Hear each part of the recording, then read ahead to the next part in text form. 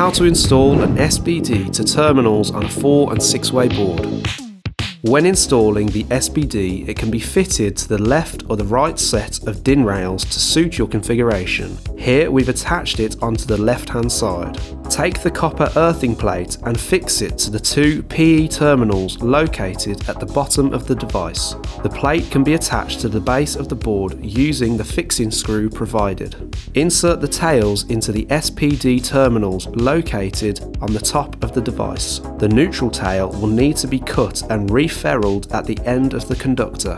The L1, L2 and L3 conductors will need feeding behind the back of the board and connected into the top L1, L2 and L3 terminals. The neutral conductor will need to be attached to the neutral bar. Please see our other how-to videos for more information on the Illusion 3-phase range.